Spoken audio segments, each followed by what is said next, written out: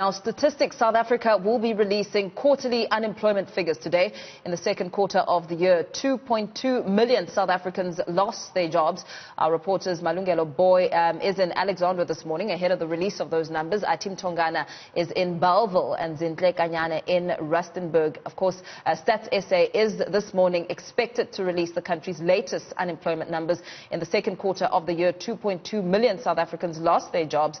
A contributing factor was the country's hard lockdown because of the COVID-19 situation. Newzroom Afrika's Malungelo Booi joins us now to talk about that. Malungelo, very good morning to you. We've been warned as a country to brace ourselves for a new unemployment record in the quarter three and the Q3 period, as the post-lockdown job hunt is set to intensify. Talk us through the impact that this has had on that very community in Alexandra.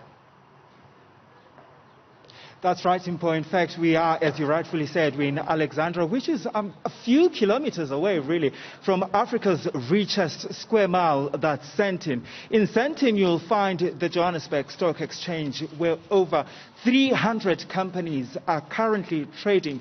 Interestingly, though, in Alexandra Township, like most communities in South Africa, this community continues to battle with high levels of unemployment.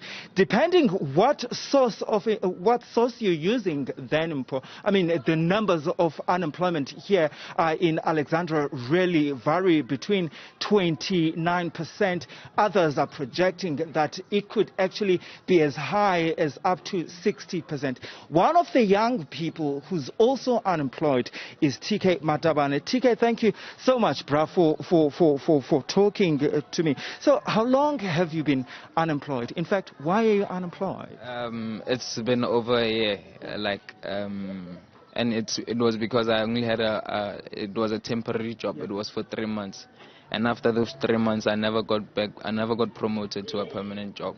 Yeah, so. How has it been like?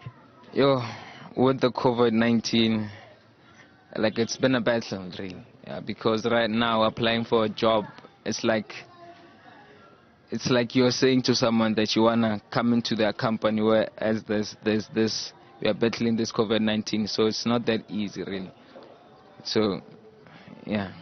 You have, how many friends do you have, and how many of you out of your friends are employed?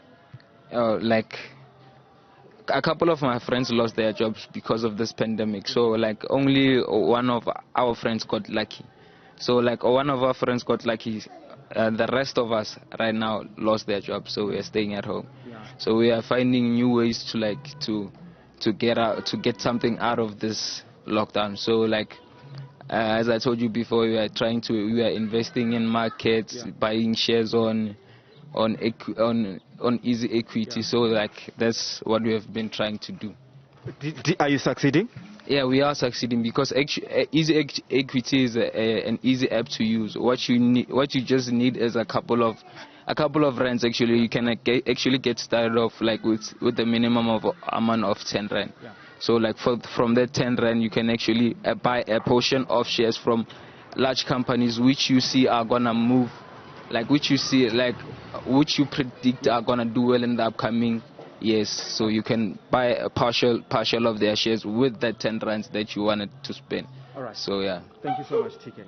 All right, Mpo, that's TK Matabane. He's one of those young people. He's actually 21 years old, and he's one of the young people here in Alexandra. He's one of many in the country that are unemployed, trying to find other ways of surviving. In fact, he said something that was very interesting. He's got 7 friends. Out of that 7, there's only one of them who is actually employed. Malungelo, I'd like for you to stay put as we continue to take the audience to a different part of the country. We take you to Rustenburg now. Young people bearing the brunt of COVID-19 in one area. Let's find out the impact as Zinhle Kanyane is standing by in Rustenburg. Zinhle, what sort of impact has the COVID-19 situation had on those who are looking to survive for food and looking for jobs? It's had a big impact, Mpo. You would know that this is a mining town, and a lot of employment here is based on the local mines that are mining this area. And we know for sure that a lot of mines have cut some jobs during the COVID-19 pandemic, and there's a lot of mine workers that are still sitting home, struggling to make their way back to the mines. So it has impacted the mining sector a lot, but also the locals here who rely on this kind of employment. There's about 700 people that live in Rustenburg, and in 2019, 27% of those were unemployed. And we know that now, after the second quarter, and like you said, 2.2 million jobs lost during the second quarter due to the pandemic and the hard lockdown, that is going to be reflective in the statistics that we are going to be seeing for Rustenburg just after 11 o'clock, when those much anticipated statistics are expected to be released just after 11, but it definitely has impacted this mining town a lot. Zinhle, I'd like for you to stay put as we move to Cape Town, where our reporter Athi Mtongana is standing by. Athi, a very good morning to you. We've seen the impact of COVID-19 in the Western Cape as we look to the growing number of backyard dwellers who are saying that they have nowhere else to live and that they have no jobs and no money. Let's talk about the latest impact there.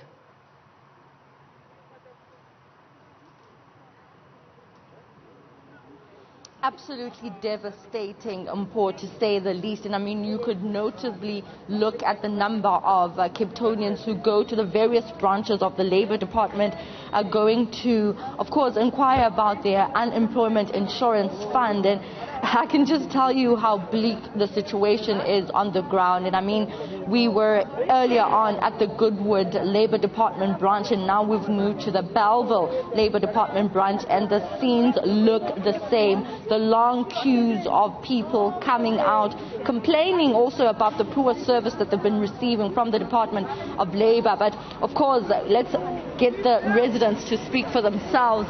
You were saying, sir, that you've been here about 3 times. I'm here since 3 o'clock, and other people is longer. And the first official that came here was 8 o'clock. She'd only tell us we must stand in the line. It's more than 2 hours now. Nobody come and give direction, tell us. So far is the process, and to assist the... The fact that you keep on returning here means that you are desperate. What are you here for? Yeah, I'm here for because why it's COVID, it was lockdown, and due to the COVID, the lockdown, I'm paying off the company, it pay us off, so we're here for a UIF. Yeah. And you haven't received your UIF for how long? No, I didn't receive. It's the 3rd time that I came today, and every time they sent us away, they turn us down.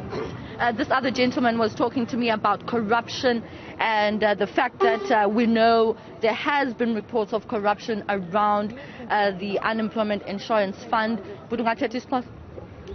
Ongakutsho sisenje ongakutsho mna uLabour ngathi utye imali yethu ngoba xa ungajonga le ngenye abantu balapha usukela mna umzekelo sifike nga-6 o'clock up until now akho kwanto iqhubekayo, and xa uze apha uxela into yoba right phinde uze emva kwe-2 weeks, xa uphinde ufika 2 weeks uphinde kuthiwa linde 7 days.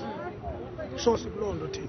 Just to translate what this gentleman was saying, speaking exactly about corruption, allegations of corruption around the unemployment insurance fund, and the fact that, of course, the same message that they've been reiterating across all branches in Cape Town, that there is poor service with regards to the staff and the personnel at some of these Labour Department branches, where they receive no assistance, some of them standing outside in the scorching sun. We've seen pregnant women, we've seen people collapsing just to go and inquire about their UIF. It is very, very, very bleak, Mpo, as we wait for Stats SA to release those figures. But again, one positive that we're looking forward to in the Western Cape is the agriculture sector, with the economic growth there and the retaining of jobs in the first and the second quarter. Other than that, the situation is looking very, very bleak at the moment. A harsh reality indeed. let's take you to Alexandra as we wrap up with our reporter Malungelo Booi. Malungelo, you've been speaking to young people in Alexandra Township. One young person speaking of an innovation to survive as young people continue to be the ones bearing the brunt of COVID-19. But what happens to those who are not innovative enough to find solutions to survive during this time? How real is the impact of not having a job? Paul, when you move around really in Alexandra, you can really see the impact of really not having a job. And you can see the number of young people that roaming around the streets that certainly don't have anything to do. Some of those people, it's not that they don't want to find employment. It's because they have essentially given up on finding, job employment opportunities. Some of them will tell you that they've been sending CVs, but they're not getting any luck.